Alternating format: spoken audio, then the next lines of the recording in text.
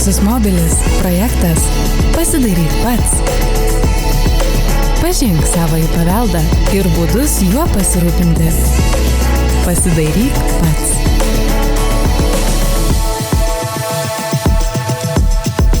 Lietuvoje iki 13 amžiaus architektūroje dailidės ir staliai anų laikų gyvenimo būdą, etnografinius bruožus atvaizduodavo medienoje. Bet pas mus klimatas yra nepastovus, neprognozuojamas, permainingas, drėgnas, o dar gaisrai. Teko ieškoti alternatyvos. Ilgai nereikėjo. Senoliai jau seniai viską išrado. Rieduliai, keraminės plytos ir kalkinis skiedinys. Taip, tai yra brangiau, bet atitinkamai ir tvarkingai prižiūrint 1000 metų stovės. Nekantrauju vėl pasimatyti su Fixus Mobilis bičiuliais, kurie man parodys, paaiškins, kaip kokią plytą, akmenukai statyti pagal senovinės technologijas.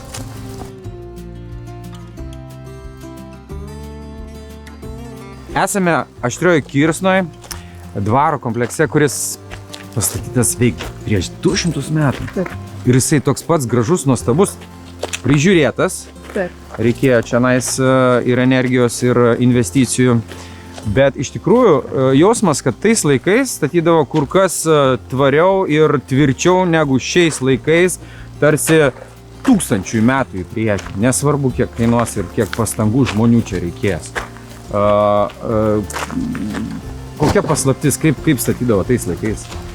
Labai paprasta, naudodavo natūralias vietoje randamas medžiagas, tai lauko riedulius, kalkinius rišamosius skiedinius ir molį, iš kurio degdavo plytas.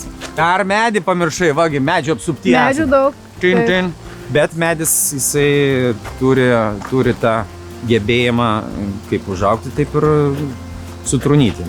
Emilija, tam, kad taip gražiai ir tvirtai atrodytų visos sienos, reikalingas mūro rišamasis skiedinys. Taip, rišamieji skiediniai gali būti skirstomi į tam tikras grupės, priklauso nuo jų rišamosios medžiagos, kuri yra įmaišoma į skiedinį. Tai gali būti kalkiniai, gali būti cementiniai, gali būti polimeriniai, molio arba mišrūs. Tai reiškia, kad gali būti į rišamąjį skiedinį įmaišyta kelios rišamosios medžiagos, pavyzdžiui, kalkės ir polimerai, molis ir kalkės. Tai O polimerai ir cementas čia yra šiuolaikiniai priedėliai tokie? Taip, šiuolaikiniai. Kurie tinka senom technologijom? Istoriniams pastatams cementinių, polimerinių skiedinių nerekomenduojam daryti, nes jie yra nesuderinama medžiaga su istoriniu kalkiniu skiediniu, kuris dažniausiai ir pasitaiko istoriniuose pastatuose. Koks tais laikais mūro rišamasis skiedinys buvo numeris 1, pats populiariausias? Kalkinis, kurio sudėtyje būdavo kalkės, smėlis ir vanduo. Ir vanduo, ir viskas. O jeigu aš... O kodėl kiaušiniai nebenaudojami buvo? Naudojame. Jeigu nori, kad tavo rišamasis skiedinys būtų tvirtas ir laikytų ilgai, tu gali įmaišyti baltymų turinčių medžiagų. Pavyzdžiui, varškė, kiaušiniai, kiaušinių lukštai. O jeigu norėtum, kad ir spalvą pakeisti šiek tiek, tai galėtum įmaišyti mineralinių medžiagų. Pavyzdžiui, susmulkintum plytą iki miltelių, įmaišysi į rišamąjį skiedinį ir spalva jau bus nebe balta, o rausva tokia. Gerai, o jeigu aš tai privešiu prie sienos, tai koks čia yra skiedinys, iš kokie ingredientai? Be kalkių. Be kalkių. Aš tau taip žiūrėdama negalėčiau atsakyti. Reikėtų padaryti rišamojo skiedinio cheminius tyrimus. Laboratorijai. Taip. Mūras. Asociacija man. Vyras mūras. Toksai kietas, nepalaužiamas, tvirtas, bet iš tikrųjų turigi silpnų savo pusių. Mūras gali būti pažeidžiamas. Taip. Ir kokios dažniausiai priežastys? Mūras tikrai gali būti pažeidžiamas ir dažniausiai mūro pažeidimai atsiranda dėl nepriežiūros pastato arba dėl prastos priežiūros. Ir dažniausiai galima išskirstyti į keletą grupių veiksnių, kurie daro didžiausią įtaką mūro pažeidimams atsirasti. Tai atmosferos veiksniai, lietus, sniegas, vėjas, aplinkos veiksniai, paukščiai, medžiai, keliu važiuojantis transportas, sukeliantis vibracijas arba druskomis barstomi keliai, kapiliarinė drėgmė ir grunte esanti drėgmė, taip pat mechaniniai įvairūs pažeidimai arba naudojamos nedarančios medžiagos. Emilija, stovime šalia pavyzdžio, kur keraminės plytos, tas mūro skiedinys ir akmuo. Taip. Derintas, gražiai suderintas, ar tai yra dėl grožio, ar dėl praktiškumo, bet mano nuomonė, kad akmuo yra, kiečiausia medžiaga. Šiaip akmuo gali būti taip pat pažeistas kaip ir keraminis plytos. Akmuo gali būti pažeidžiamas? Taip. Kadangi įvairūs atmosferos veiksniai ir aplinkos veiksniai taip pat turi įtakos akmens būkliai ir kadangi akmuo yra porėta medžiaga, lietus, drėgmė, cheminės medžiagos, jos įsigeria į akmenį, ne vien tik tais pro kokius nors atsiradusius įtrūkimus nedidelius ar pro skylutes, jisai iš vidaus gali taip pat būti pažeistas. Statiniams Lietuvoje, istorinėse statiniuose, šita medžiaga nebuvo dažnai naudojama, nes tiesiog neturėjo kaip technologiškai jos apdirbti. Todėl dažniausiai ją naudodavo pamatams arba kartu su plytų mūru įmūrydavo akmenis arba naudodavo kiautiniai mūro konstrukcijai. Tai va. Tai akmuo kaip akmeninės sienos tu tikrai nepamatysi Lietuvoje, bet mūro, kuriame yra akmens, tu tikrai pamatysi ir akmuo, jisai ilgainiui gali būti pažeistas taip pat kaip ir keraminės plytos. Taip, ilgaamžis akmuo, medžiaga laiko ilgiau negu keraminės plytos, tačiau dėl savo poringumo, įgeriamumo jisai gali būti irgi pažeistas. Taip, plyta, mūras gali būti pažeistas, taigi aišku, bet tai kaip taip aš galėjau pamiršti, kad lašas po lašo ir akmenį pratašo. Senovės liaudės išmintis, nuo pat vaikystės girdėjau, taigi aišku. Oi, ir kad mūras, tos senovinės sienos, pastatas, istorinės stovėtų ilgai, tūkstantmečius, reikia jį prižiūrėti. Priežiūra prasideda nuo ko? Nuo apžiūros. Po apžiūros seka valymas. Eisiu pas Laurą, dėsimės pirštinės, imsime priemonės, pasiraitosim rankovės ir valysim! Bet Laura yra smarki, reikia susikaupti, pasiruošti, ją gabumų reikia pavyti, bet jau aš... Leonardai, stok ant akmenėlio, sėskis ant žirgelio, jos metu. Siaurą modo į kaniką, kansyti žirgelių, jos modo į kaniką, kansyti žirgelių.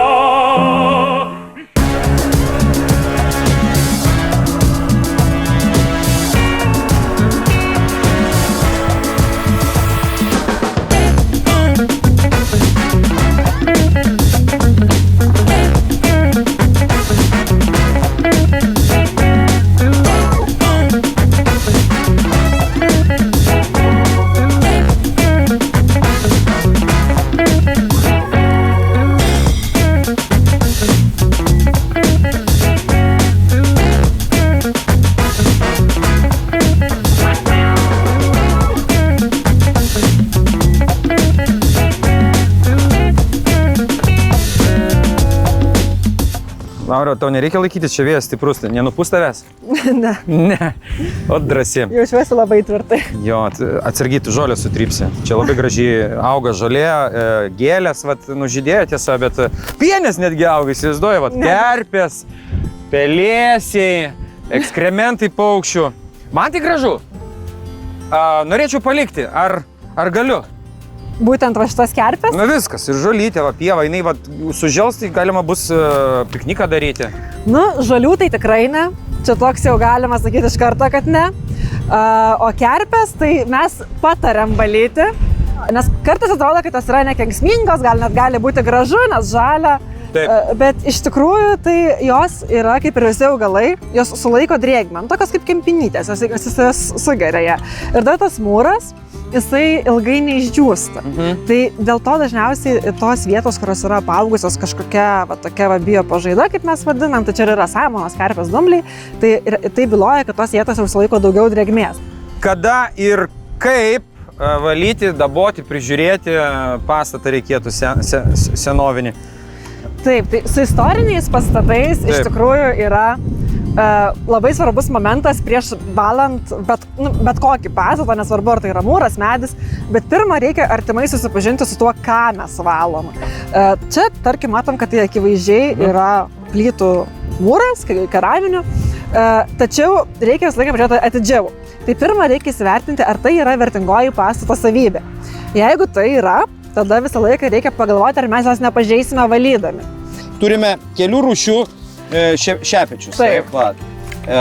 Yra plastikinis toksai minkštas, dar minkštesnis šepetukas. Taip. Kietesnis ir nei vieno metalinio. Ai, va, vienas metalinis yra. Jo, tai jisai iš tikrųjų tokiam plytų mūrui yra netinkamas, nes jisai, net jeigu labai švelniai su juo valant, galima palikti tokių mikroįbrėžimų, pro kuriuos po to dar gali skarbiau giliau prasigerti vanduo ir užsilaikyti tą mūrę, dar giliau. Šitą mentelę. Taip. Ar galėčiau gramdyti? Atrodo patogu. Paimi, va. Taip. Gramdai. Tai čia dabar yra tas skiedinys dar pakankamai tvirtas. Plytų būklė irgi jau jos yra šiek tiek pradėjusios eižėti, tačiau dar pakankamai nebloga. Tai galim pasirinkti minkštų šerių šepetį. Tai tada antras klausimas, į kurį turim savo atsakyti prieš valant, jeigu įsitikinam, kad nepažeisim savybių, nepažeisim fizinės būklės ir tiesiog mūsų priemonės yra tinkamos, tada mes turim sužinoti, ką mes valom. Kas irgi yra labai svarbu. Kerpės. Taip, čia turim biopažaidą, kerpės. Tai kerpės yra biopažaidos rūšis, kurią yra lengviau pašalinti, kai jinai yra šlapia.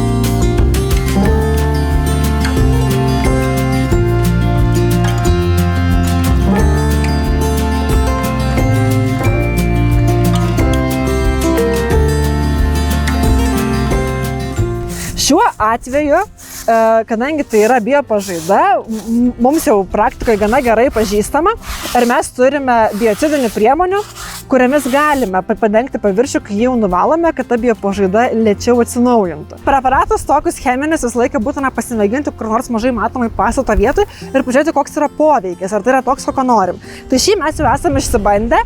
Tačiau bet kada, jeigu būtent aš kalbu apie biopažaidą ir tuos visus biocidus ir herbicidus, tai kad nebūtų tokio poveikio, kokio mes nesitikime.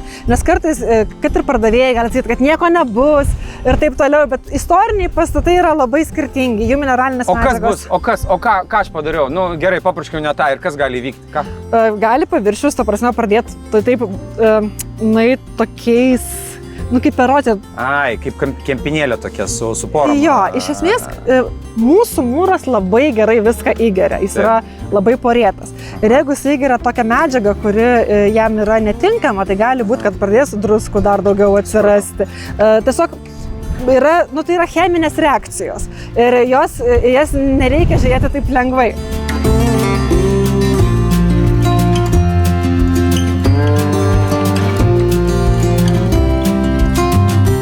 Tai čia yra tokia priežiūra, kad tas mūras galėtų geriau vėdintis.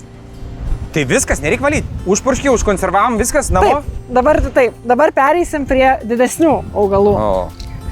Tai pirmiausia, visų pirma, kaip ir valėm čia, ką mes valom. Tai įsivertinam būklę, čia iš tikrųjų tikrai tai yra tiesiog skiedinys ir papučia mūras, yra įsitvirtiniai mūrai, tai galim tikrai rauti. Žiūrėk, prašau, vat, šaknis kokio Taip. ilgio, veik 10 Kurios centimetrų, eina kurios gilyn. iš Taip. mūro ištraukia. Tai būtent dėl to jas ir reikia, vas čia jau matos ir plytos palaidos.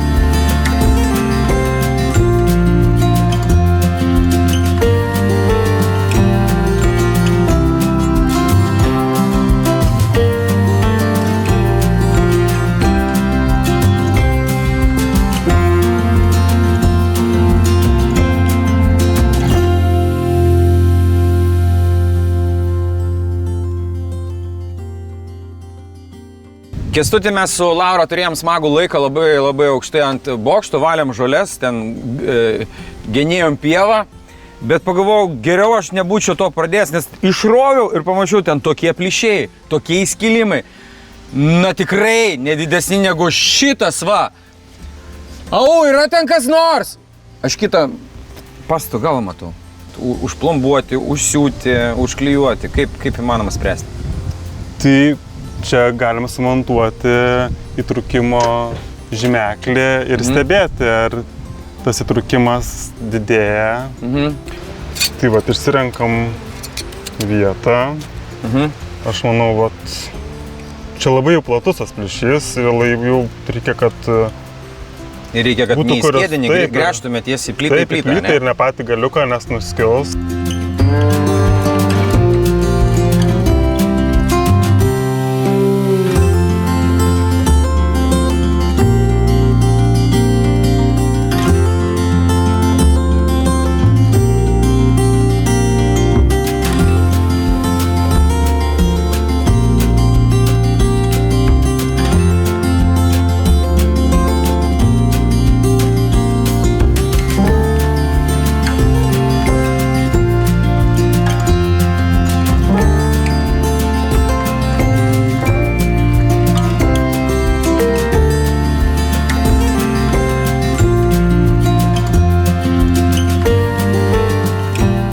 Kęstuti, 10 minučių tikrai praėjo.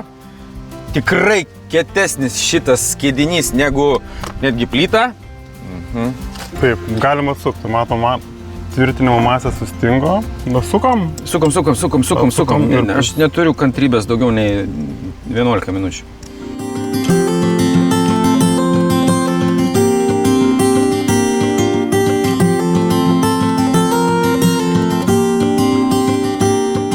Dabar turim sureguliuoti abiejose skalėse ir horizontaliai ir vertikaliai, kad nuliai būtų. Liniuotas nuliai. Taip, vienoj linijoje.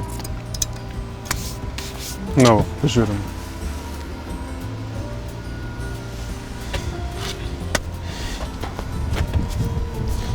Rolandai, labai gražus meno kūrinys, žmogaus ir gamtos, bet nemanau, kad iš pat pradžių ar architektas, ar statybininkas turėjo tokį sumanimą. Kokio pobūdžio virusas užpuolė šitą sieną? Tai aš manau, kad čia yra gamtinės sąlygos, vėjas, lietus, bet pati plyta yra gal blogai buvo uždegta. Kažkas tai buvo su plytom, nes kai kurios visos geros yra dalis plytų yra išplautos. Jos gal gerai neišdegtos buvo, ar molis gal koks kitoks papuolė. Gerai, nevalia palikti taip, kaip yra.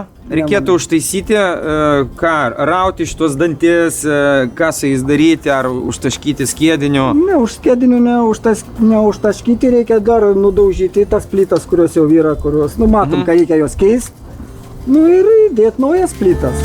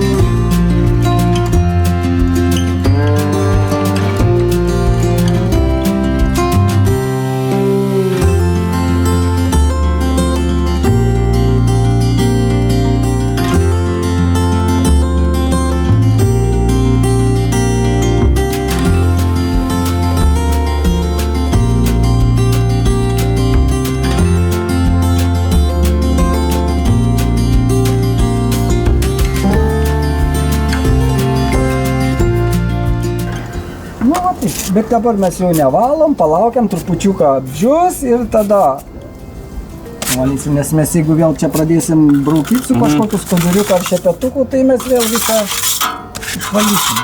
Varysim lauk tą skiedinį. Aha. Nu ir taip ir varai visą sieną ir žiūri, kur vėl plyta, bet ir dedi. Visa, va taip va siena. Taip, Vat nuobodus. galo krašto nesimato tom siūlėm. Eikit savo.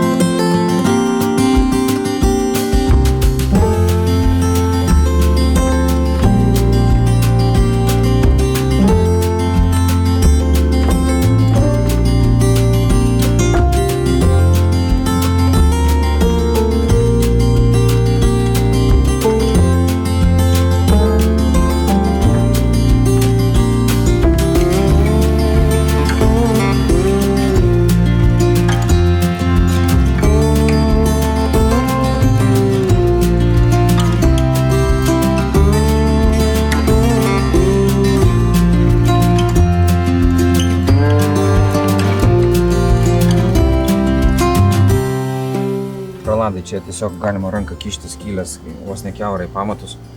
Jau sraigės net gyventi pradėjo, susikūrė savo namukus. Tai suprantu, šitos judančius akmenis ištraukti ir skėdinuką užmaišim įdėti ir galima klijuoti. Jo, ir klijuoti. Šitą ruožą, taip? Jo, biški prasivalius, bet ką kaip savininkui namo valdytojui, tai aš patarčiau, tai nu va tuos tris, va dabar čia visa siena gera, 3 akmenukai juda, ne? Taip. Nu tai aš tau galiu va, pamokyti, kaip tau pačiam įsistatyti. Skirtumas prižiūrint, dabojant plytas ir akmenį yra koks nors, ar taip pat? Taip pat, lygiai taip pat, tik čia gal paprasčiau, nes akmuo yra ir viskas tik prasivalom. Kaip ir aš minėjau apie plytas, irgi ten, nes vieną plytą, jeigu kokia prarasta, tai dar pats gali įsistatyti, bet jeigu ten daug didesnis darbas, tai jau kvietiesi specialistus. Gerai, tai pon specialistė su kuo? Va tas, arba su va, galima žiūrėti.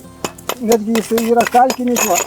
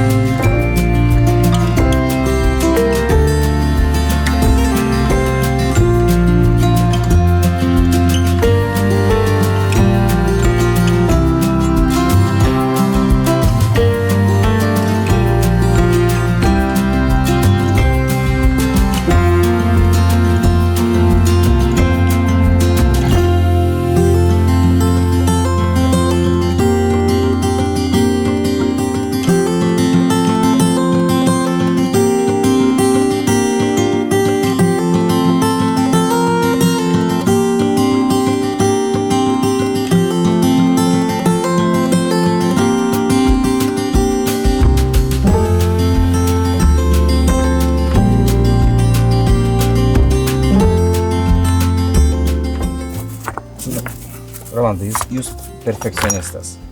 Gal jau užteks? Nu gerai. Gerai? Gerai. Man atrodo tikrai gerai. O, Gerai. Pamenu, čia buvo gražus juodas akmuo, Jo, kurį mes daugumą inkrustavom, vietų mes čia, ir aš noriu, kad jis būtų juodas ir gražus. Noriu apiplauti dabar ar vėliau. ne, aš rekomenduočiau po kokios valandos ateiti, jau darbus darom, tai grįžtam prie jo už valandos. Skedinukas sukietės šiek tiek. Apkietėja trupučiuką tada lengviau, kad mes Ir nebeišplautumėm. taip lengvai nenubėgs. Jo, taip Viskas. lengvai nedubaigs ir neišplausim siūlių. Valandą pailsiuko. Valandą polsiu.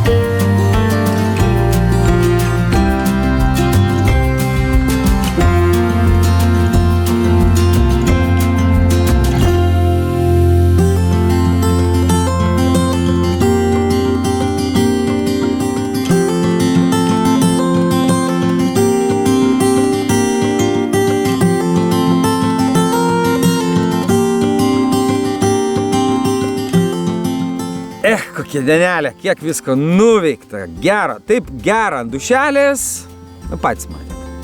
Ir yra taip su tais istoriniais, senoniais pastatais, mėgsta jie ir dėmesį, ir globą, o tokie yra, taip, čia nepaskubėsi, čia nepasuksi lengviausių kelių, o pagunda yra, šiuolaikinės medžiagos jos, o šiuolaikinės, tai drėgmė nelaidžias, ne? Ne, jokių būdų.